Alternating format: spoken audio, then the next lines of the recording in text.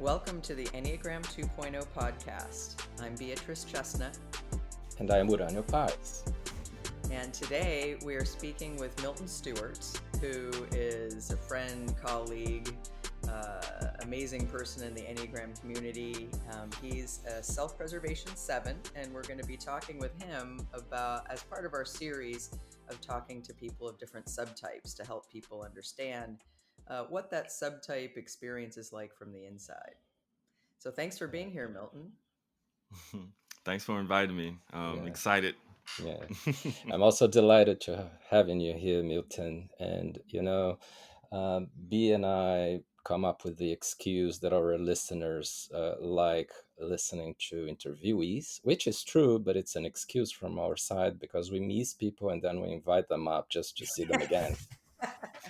Exactly. Nothing wrong with that. Nothing wrong with that.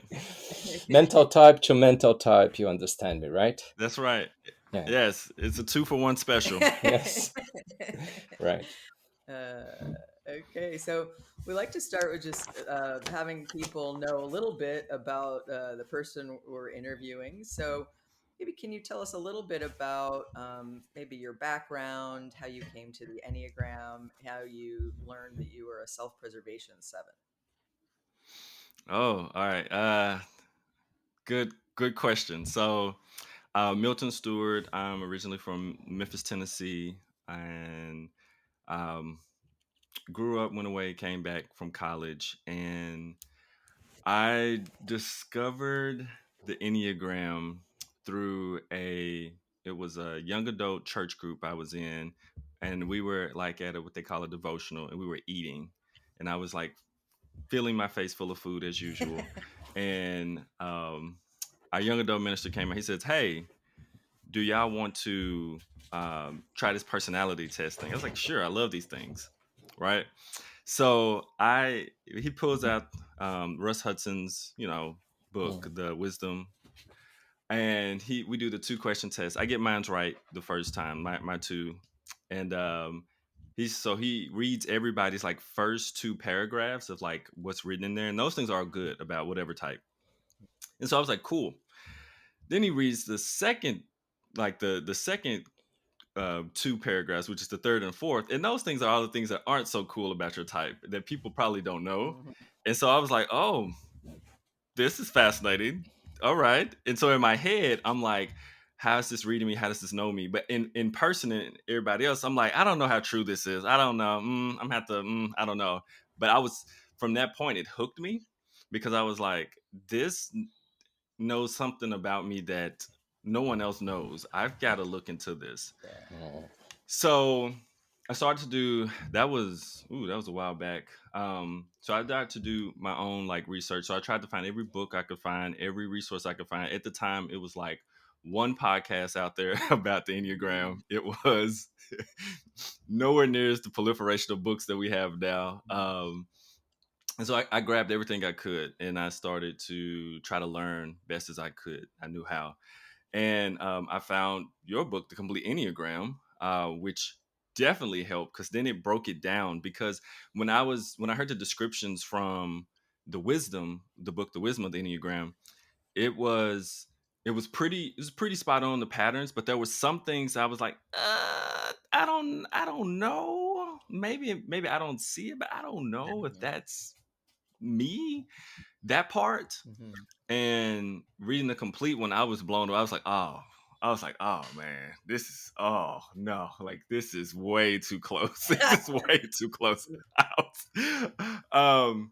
And so that's when I got locked down. I was like, whoa, okay, self-preservation 7. Now this rings so true. It's ridiculous. Like it is way too close to me. Yeah. So that's what really drew me in even further and helped me to start to understand at a much deeper and richer level Mm-hmm. of the Enneagram. And so, like, I've learned and studied from a lot of different schools, as you both know, like a lot of different places. Yeah. um, 7 is, I guess you could say, but it's helped me to have more of a well-rounded knowledge of the Enneagram. And to do work on myself from different lenses and perspectives. And so that's been very great. I'm very grateful for that experience that I do have. So so I worked in a bank at first when I got out of college, which was not for me. Oh my goodness, it was not for me on so many different levels. Mhm. But I had this dream in my head, like they had sold me this dream. I would come out making $70,000 working at like a finance place, Mhm. and that did not occur. Worked at a bank, worked at a bank and made like half of that. Like and so learn from that experience, end up working in adult education, helping people get their GEDs, and it utilized some of my skills, but it wasn't really there. It wasn't a fit. Then I moved into elementary education as like an administrator, Mhm. and that was a little bit better. And I really gained my footing there. I would say I was already studying the Enneagram when I worked at the adult education place, and I was kind of spreading it, mistyping people left and right because I didn't know anything, and I was just interested and excited. I love how But you admit to that. Most people I mean, don't. yeah, you just have to be real. Like when you first get started, you're so excited, like, oh my gosh, I can't wait to share this. This has helped me so much. It's going to help you too, and I'm gonna tell you your type. Like, Yeah. um, so I get to the elementary school and the culture is not good. And I talk about the Enneagram all the time though. And so the principal is like, why don't you teach this for our staff in like the summertime? And I said, sure, okay. So I started to teach it, and it started to change our actual culture. So it changed our culture. So the teachers are better, but also our kids and our families are better because we show up better. Mhm. And so I started to do that on a regular basis. Before you knew it, I had started thinking about how can I transition out of this into my own business, because I'm like this it's the school system. There's so many um, rules and regulations Mhm. that hinder your ability to really be helpful a lot of times. And so I said I've outgrown my position. So I'm like, I've maxed out what I could do here, to be honest. Mhm. And there's not much even growth for me in a way that I know I can do and things. So I searched to be a career coach that would use the Enneagram. That's how Mhm. it started. Ah. And I talked about it so much in this entrepreneurial program I was in. My friend said, why don't you be an Enneagram coach? And I was like, those exist? And so, That's an option? what? So I started to research and look, and I was like, "Oh, this does exist. They do exist. It's cool." um, and so, long story short, I I end up looking into getting certified around the Enneagram. I win the entrepreneurial program about sharing what my business is going to be, and those things.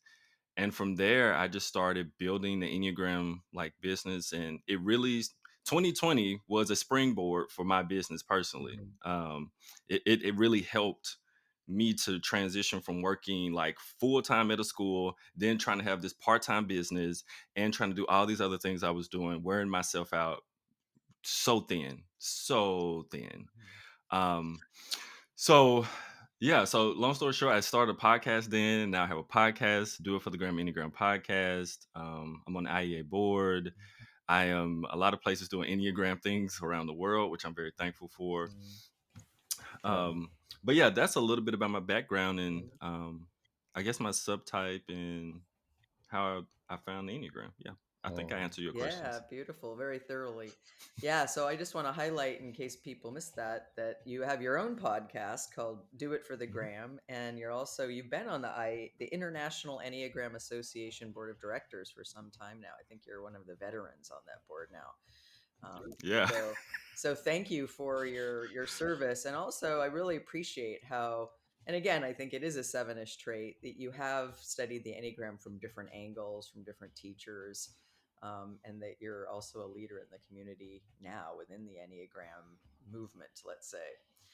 But Thank you. want to find out a little bit more about something you said earlier, which is, first you sort of knew you were a seven, but certain things didn't fit. What if you were explaining to someone who knew what sevens are generally, but maybe didn't know the subtypes, how would you describe what the self-preservation seven is like? A little bit more like than the other two sevens, the other two subtypes. Good question. The first thing that comes up for me is that um, as a self seven, I'm more like I tend to experience myself as more grounded than a social and like a sexual seven. Ah. Um, I do have a plethora of ideas, but they tend to be all, in one sense, they're possible, but it's too many to actually do in a human span, like the capacity of a person. But they're all very possible, but it's just like the human capacity and the amount of them is what takes them away from being able for like one person to be able to do them. I would also say I'm more like, I do love my extroversion. I do love my energy of connecting with people. I do get energy from being with people. I really do. But I love also being by myself. I am totally okay. Mm.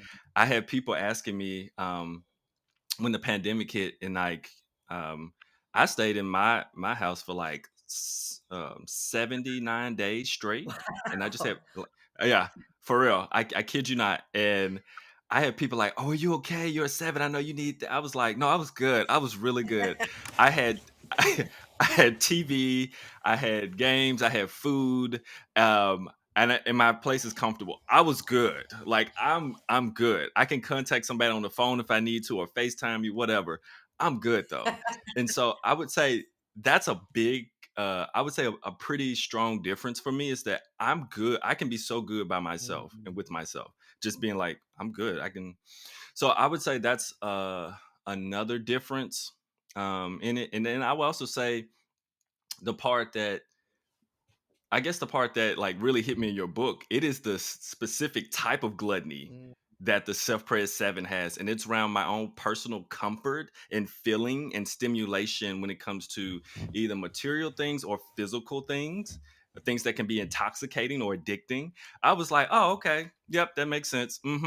And I have worked with other sevens, and I've seen it. It's not exactly the same. That gluttony is not exactly the same. Um, so yeah, I would say those probably are some of the biggest differences that I do see. So I would just say the just more realistic around my ideas, and things I want to put into the world. Mm. And Hmm. yeah, yeah. Yeah. Can I explore one thing with you? Uh, How long did you stay in that bank? oh, not even 2 years. I wasn't even there two Uh, years. okay, because I want to share a short story with you and see what you think. It's Okay. a long time ago experience I had with the Self Press 7. It's embarrassing to say that this was like 23 years ago, and don't call me old, but I was already working with the Enneagram, and I was working with trainees at a big bank in my home country in Brazil. And I was typing the trainees, and then I was going to do leadership development with them using the Enneagram.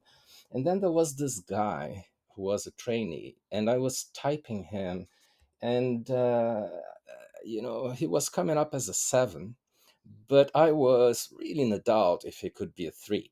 Why? Because at that point I still stereotyped quite a bit the types by lack of knowing the subtypes. And he would say things like, I know that I'll be in this bank in areas that I won't like.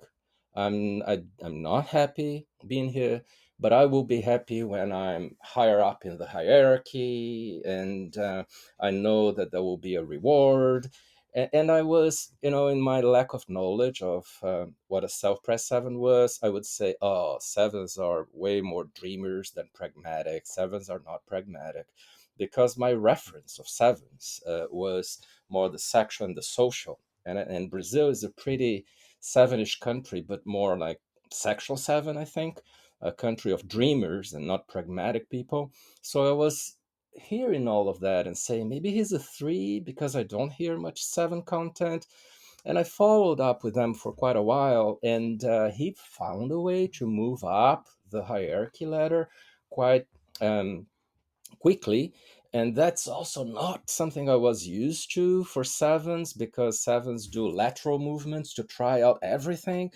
But later on, I understood, this guy's a self press 7. He can cope with things that are not as pleasant because of rewards they are seeing. They're more strategic. Maybe this speaks to what you said. I feel more grounded than the other sevens. I'd say pragmatic.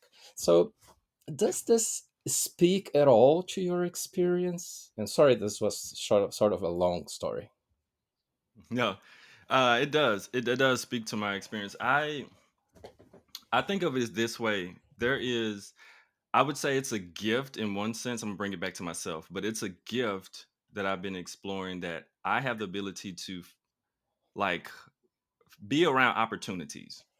Like it's somehow I operate, I orient, I gravitate around opportunities, and I love, and I'm really good at maybe creating them for other people. But somehow I find my way around them for myself as well.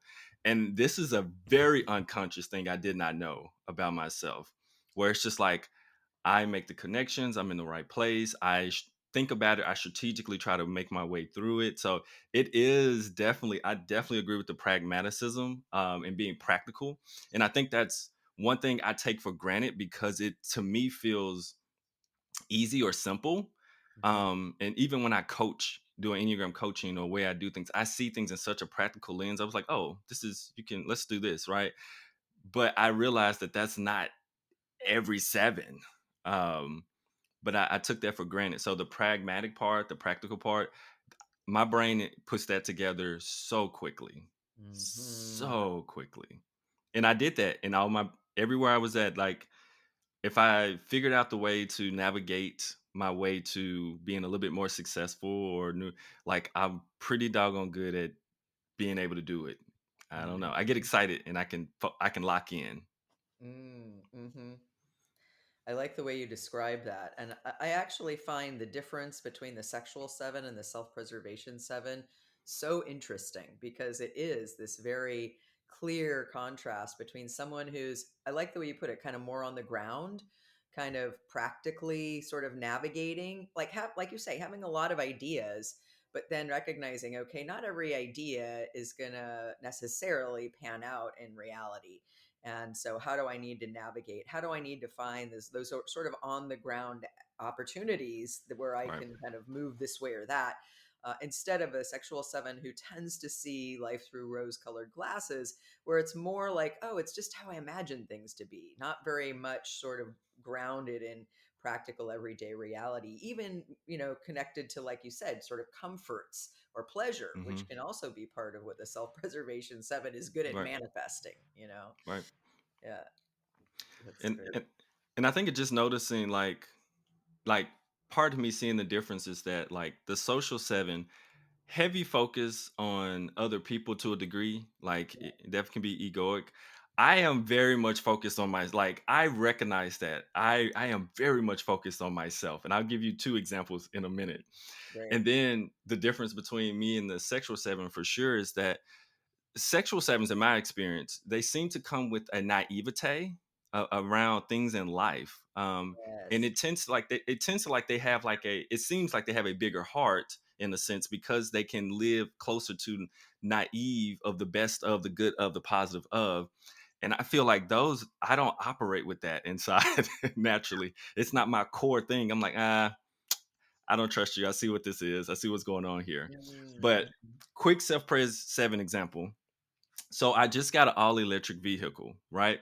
Mm. And the reason I got the all electric vehicle is not because I am actually helping the planet. No, I got that because there was this big governmental discount on it and it works for me in my budget. Like, Mm. because it's a big discount on the budget. So I said, not until 2 weeks after I got it. And I was like, oh, it helps the environment. Oh, that's cool. That's awesome. I'm helping the environment. I didn't even know it. That's It's a funny. byproduct. And then another example. So I consider myself a part-time vegan now, part-time, because if I go somewhere nice and the food is good and it's meat, I'm gonna eat it. It's not, I don't have any. But I did that based on health, my personal health, not like slaughtering animals and all that stuff. I don't have I mean, that's not my issue. I don't Not your have that. focus. Yeah. Right. The like I'm not even thinking from that lens. Now I help that lens in the sense of the decisions I personally make. but that's not even my lens of thinking. I'm just thinking about myself. So that is one of the big self-prayers things that I Yeah, do see of myself over and over again, little patterns of stuff like that. yeah. Yeah. Yeah, and I like how you're also helping us understand a lot of the things that go along with just being self-preservation dominant. And I'm relating to you quite a lot as a self-preservation dominant myself. And I'm And thinking, like, do these people really exist? yeah, because As a Uranio is having social trouble dominant, understanding us yeah, weirdos. Yeah. I'm a social dominant and self repressed. I'm joking, of course. I know all these differences, but it's really different for me. Now, it's we observe, Milton, that self-preservation 7 students, even more than other self-preservation dominants of other types, they have this challenge around having empathy. And knowing you, I know that you have a lot of empathy right now, but would you agree that this is one of the biggest challenges of a self-press 7 in their inner work? Yeah, I would say it's taken a while to really come around to the heart, because I would say the head type of being very logical, um, of being able to rationalize, of not wanting to uh, naturally abide in negative or uncomfortable, more or less, emotions or feelings. I can look at a situation and take the emotion out of it and just be like, why don't they do that? That don't make sense. Why don't they do that? Like, it doesn't make sense. So I would say it has been work, like quite a bit of work, and around like developing empathy for other people and trying to see it through their perspective. And I honestly run into this issue um, with sexual dominant types more than anything, because there's a way that, if for me, if a person's not directly telling me what they need or want, I can be oblivious to it, or it doesn't ring high on the chart or the radar of things, like, oh, make sure you check with such and such, because they'd have it doesn't, like, my focus is just somewhere else. Not that I don't care at all, but it's somewhere else, and I've worked on that, and I've had to come to the realization that I was like, Milton, people operate differently from this space, and it's not a bad thing. I can raise in this level, and maybe I can gain more awareness in this space. So I would say yes, it has been a challenge, because it's just kind of out of my awareness in a lot of ways, for sure. And I've just experienced that with certain people, like relationships or friendships have blown up, and I'm like, why would in my mind, I'm like, but it's your fault, But I'm like, you didn't communicate with me, so it's your fault. Like, I didn't do anything against you. It's just you didn't communicate. But there's an element to it when you're in a friendship, your relationship, that you have to lean in more and sense a little bit around what's going on with them as well. And I'm working on that component within myself as well. So yeah. Mhm. Yeah. We sometimes say that the self preservation 7 is one of the more self interested types of all the types. And that's, partly because, sevens are self referencing, Right. as you've sort of indicated. And then the self preservation dominant can be self focused. I think even in a type like mine, I'm a self preservation 2, I focus a lot on other people. But of course, at a certain level, especially under stress, there can be a way where it's all about me, exactly like the way you're saying. But the two of those together can make this self-preservation 7 someone who really focuses a lot, like you've been saying, I think really, really clearly, on what you need, what you want, what's happening with you, and that it does require more of an effort, more of a growth stretch to start taking the other person's point of view, as you're saying. Yeah. I'd even add to that. Just a little bit different from like my perspective. This is a lot of inner work too, but like I actually I fascinate myself in the sense that I work with some of like the most tragic situations in a certain organization I'm with. Like, I'm like the lead person that works with them and Mm. goes through some of this really tough stuff. And I Mhm. find it fascinating with my type structure and what's going on, that I can hold the grounding in the space for it at the Mhm. same time. It's a really I'm kind of still processing through it, but I'm helping people through like some of the worst moments in their Wow. life and holding space for and leading it. So Wow. I'm And like, what's your role in that? Are you like a coach or a consultant? no, it's like I'm the chair of a committee. So it's like a I benevolence see. committee. And when people have like the most tragic stuff, I've been the person who's been there like, how Ah, are we gonna plan for this? How do we make sure their wow. kids are okay? How do we like all that stuff? I'm fascinated. I'm in a position that I'm in right now. It's Yeah. weird. That sounds like a good growth challenge. And how are you experiencing that? Um, I don't I think last year, and I think you both know a little bit, but last year was like the toughest year of my life. Mm, Just from a family standpoint, like I became like a caretaker in a lot of ways.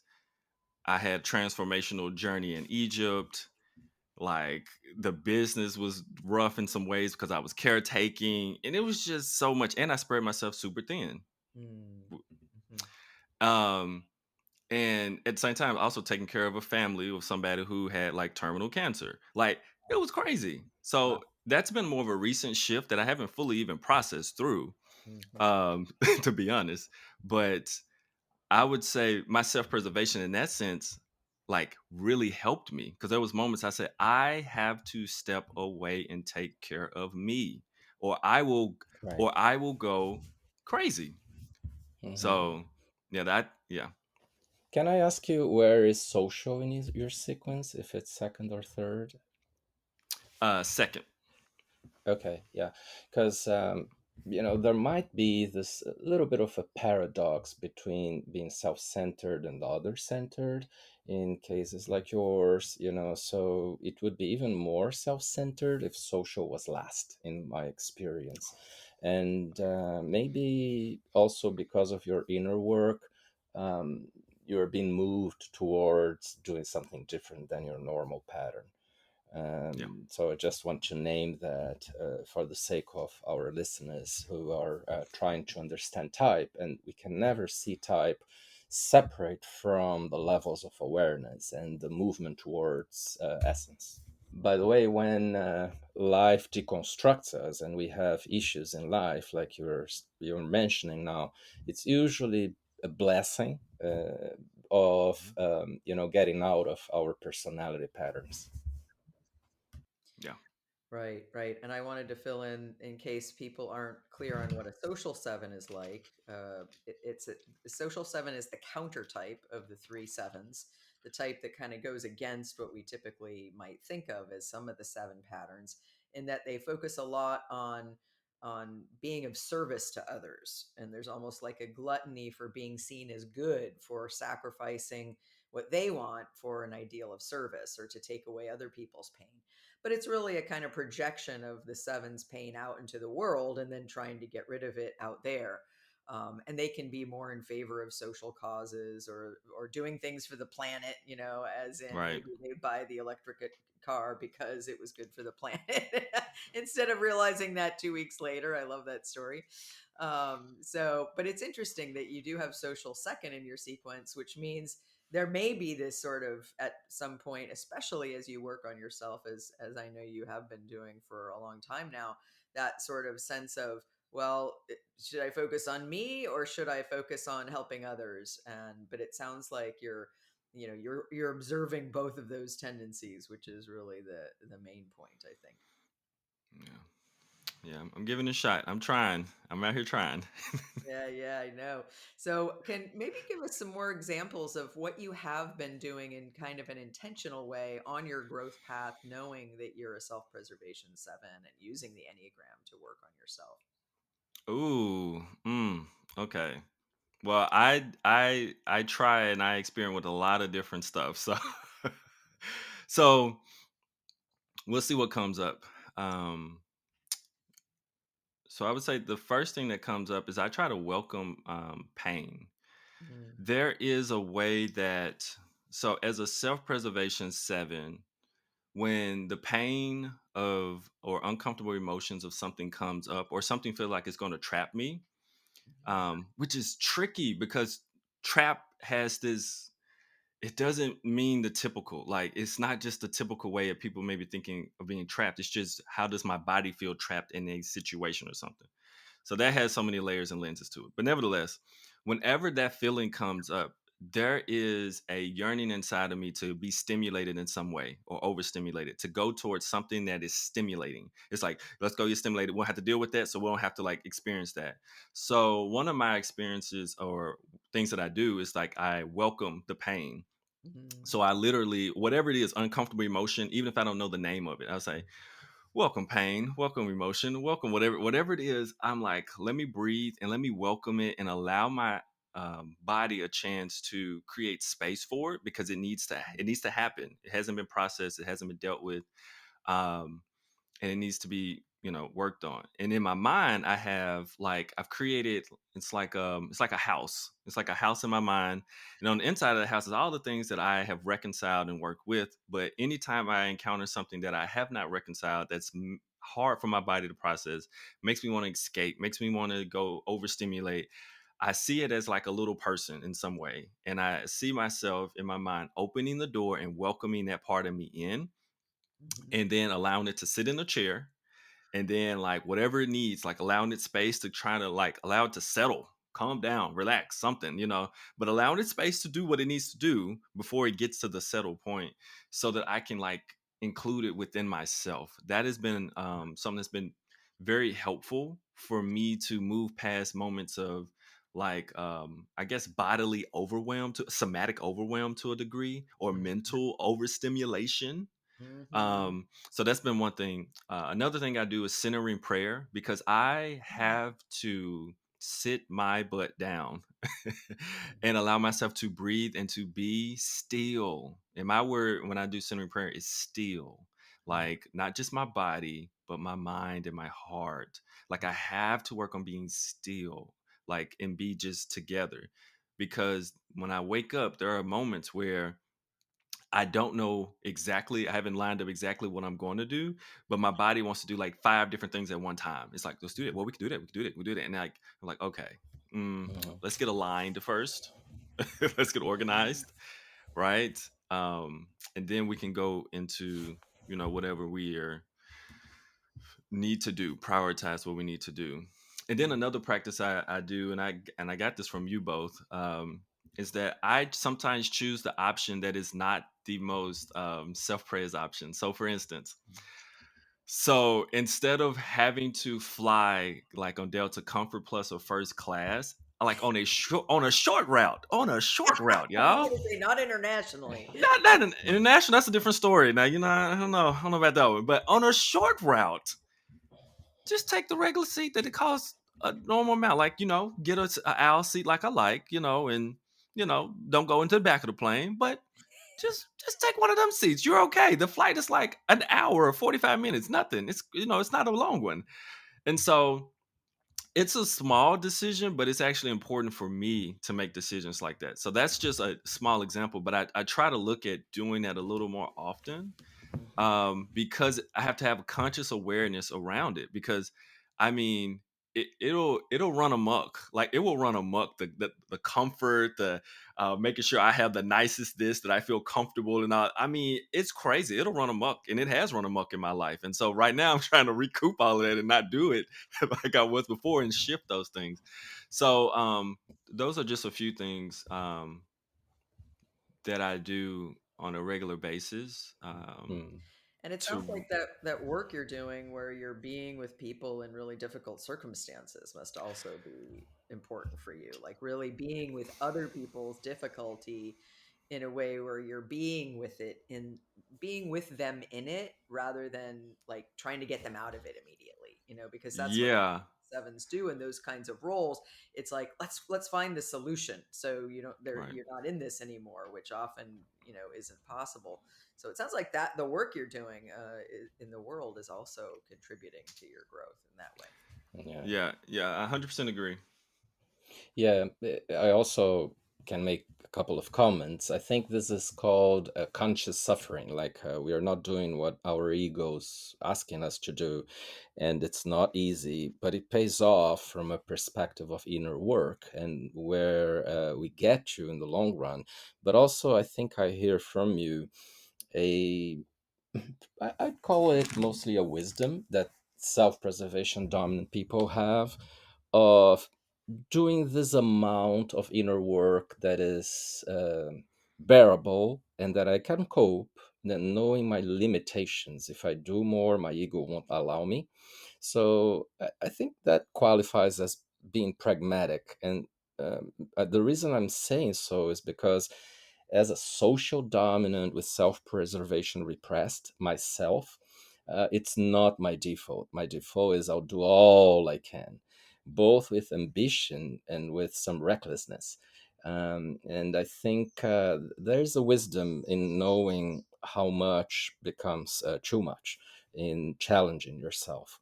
And then there are times this bias for self-preservation of keeping doing just baby steps toward even to the end of their lives, and not daring to go beyond those steps. But just comments for the sake of the learning or that all of us can have here. Anything else we haven't asked you about that people might find interesting about the self-preservation seven or the growth path? Because I think sometimes people make the mistake of kind of putting all the sevens in one basket and Mm. saying, oh, all sevens are, there are these certain traits that all sevens do, and that's the end of the story. Whereas I think I find that the three subtypes are really interesting, and that sometimes sevens can have a hard time deciding which subtype they are sometimes because it's like having to choose among options and being mentally flexible to see themselves in all three subtypes. But anything else you'd want people to know that might be kind of unique to self-preservation sevens, either the just the experience you have in life or the what you need to do to grow. As far as the experience of being a self-praise seven, like the self focus, and I would say that um I don't know if people recognize how unconscious it is for Yeah, as that's a true. person. Yes. Yes, tell us about that. um as a person who is doing constantly inner work, and I'm very serious about it. There are still areas where, and I guess it's like it's a trade-off to a degree, right? It's a trade-off. Part of being so focused is that I am serious about my inner work and I work on myself a lot. But part of that trade-off is that I don't see maybe the things I don't see around others and in others. And I would think one of the biggest challenges I would say I've found lately within myself and that I'm growing is that I also try to do everything by myself. Ah.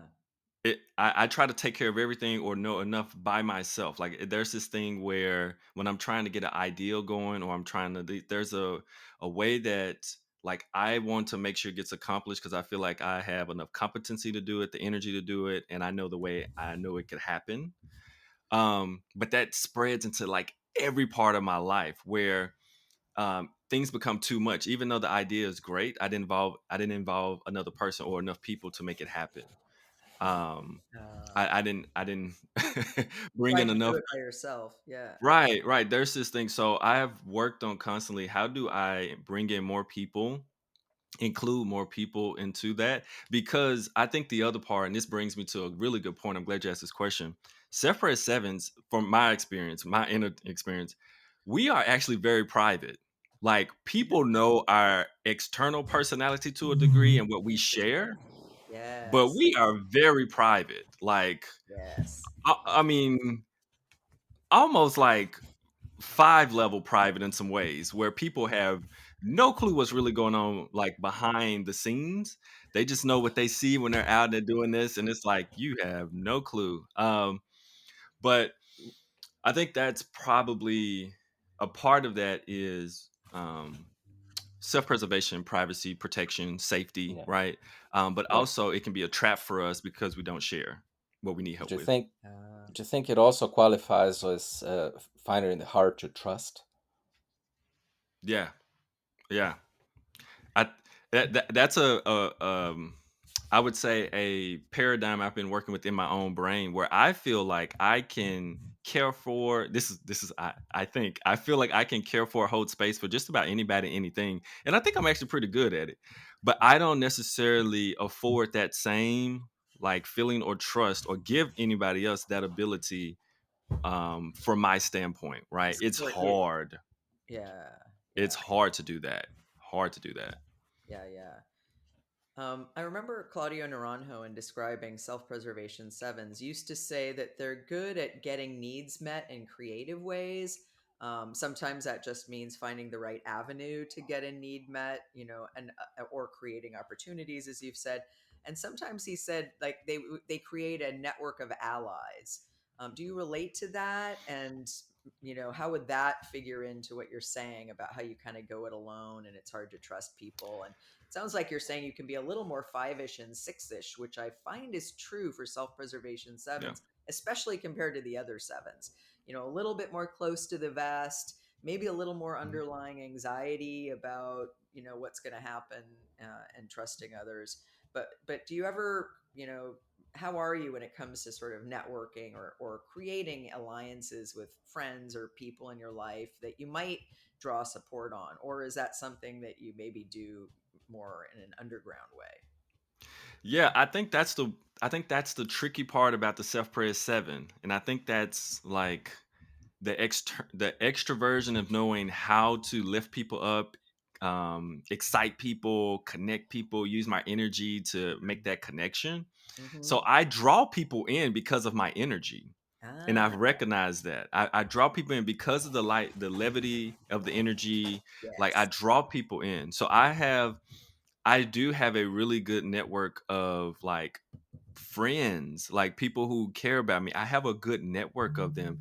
The difference is, I would say, is that like, and it's kind of opportunity based. And I really didn't see this though. I really didn't see this. Like it was really hard. But my energy attracts people in, but I only let them get to a certain space. Mm-hmm. And so that's been part of my work of allowing people inside, like the people I really can trust, who've shown me for years that I can trust them, letting them Mm. inside and letting them sharing a little bit more of who I am, like those hard Mm, parts, those tender parts of myself, those right. vulnerable parts of myself with those people, right? Yeah. Because it's fascinating. I would consider six best friends or whatever. Yeah. But but Mm. but the energies draw them in. It's not like I did not seek to go make friends with them. That was not the case for none of them. It's all like we were in a space and a place, like the energies match. They appreciated me, and I would say for the most part, and I've been working on this. They have all, in my opinion, and they probably would disagree, but they have been better friends to me than I have been to them. Mm-hmm. I would say that they would someone would disagree, but I would say just the effort and energy. Right. Right, right. And I think that's it's a really clarifying distinction between kind of drawing people in and having those connections versus really allowing yourself to share at a deeper level, be vulnerable with people and ask for what you need from them versus finding a way to get it yourself, even though you have these good friends that are around you. And I like the way you describe that because I really get what you're saying about drawing people in. I remember there was an IEA, International Enneagram Association online thing that I was part of that you were facilitating. And I remember Mhm. thinking, oh, I'm so happy about doing this now that I know he's facilitating because there is something about your energy that I knew it was going to be fun. I knew you were going to do a great job. I knew your energy was going to make that conversation kind of come alive. But like what you're saying is there's a difference between the way we get drawn to sevens and the seven, especially the self-preservation seven, kind of letting us in, Right. and allowing us to really meet like maybe a deeper need, Hmm. as opposed to just maybe a something that's more peripheral or on the surface of that's not really core. Yeah. Yeah, that's really Yeah. beautiful. And I hope you do let your friends in more because I'm sure they would find it an honor to be there for you. Yes, Yeah, yes, beautiful. indeed. Yeah, and if I can ask you two questions as one, we certainly have lots of self-preservation sevens listening to us right now, listening to you, probably thinking, wow, I really resonate with all he's saying. So, what would be one or two advices you have for your subtype friends? And then for people who have self-pres sevens in their lives, what would be your advice? Oh, that's good. You're asking me to try to give one thing. I'm gonna try to narrow it down. I would say for self-pres sevens, I would say a big part of the work is slow down and share. I would say Mm, those would be the two words I would say I would give to you. Slow down and share, because if we slow down enough, the emotions will come, the prioritization will come. We can be present. Um, we don't have to worry about being overstimulated, and share more, because there's a way that as self-pres sevens we have to be able to share more from our heart space mhm, in order to connect, because there's something deeply within us that needs to be connected more with people, to be healed, to be worked on, that we can rationalize our way out of not needing it, but in all honesty we need it, and it helps heal us, and it helps us to live a more well-rounded full life that has a deep meaning and purpose. um, for people who have a self-pres 7 in your life, um, I would say be more direct with them, like, or communicate more directly with them. It may put us on our toes a little bit when we do it, but we will understand it and we'll be able to process it, because if we don't get the feedback or the communication directly at times, we we will probably miss it. So I mhm. would say direct communication as best as possible is definitely helpful, so On that we what, can catch for our. instance? Like a Oh, feedback about what exactly could be I a would I theme? would say feedback, or what you need in the relationship or friendship. Mm, That I think would be very important. Like what you need or want from that friendship mm, would be very helpful, because it's something yeah. that we may not be very aware of naturally. So we need to be like, oh, okay. Um, Hmm. Yeah, I would say that's something coming up right now specifically, but just that direct communication would be powerful to help us. I think I'm very grateful for all your descriptions, and I want to point out how clear Milton is, and I find that that is more common for self-press sevens than for other sevens, like objective and the way you communicate, Milton. It's a little bit more, I'd say, straight to the point when it comes to communication, and I think there is a blessing of a bit more objectivity than other sevens, and I think this made this podcast especially useful to our listeners. Right, Thank you. right. And also your awareness and willingness to share, taking your own cue, what your experience is and what you're working on, even when it's challenging. Hmm. So thank you so much. We really appreciate you being here with us and all the work you're doing in the world, and you just being you. So thank you. Thank you so much for inviting me, and thank you also for what y'all put in the world. I think you both set a great example of the power of coming together and bringing like your expertise, your knowledge, your inner work together to share with the world. I think it's very powerful, and I've been thinking about it very recently. So, thank you both for that as well. Mm-hmm. Well, thank you for that, and I hope we see you again soon. Hmm. All right. Okay. Yes, thank you So so this much, Milton. So that does it for us today. Thank you for listening, and we'll please listen again next time when we do our Enneagram 2.0 podcast and talk about all things Enneagram.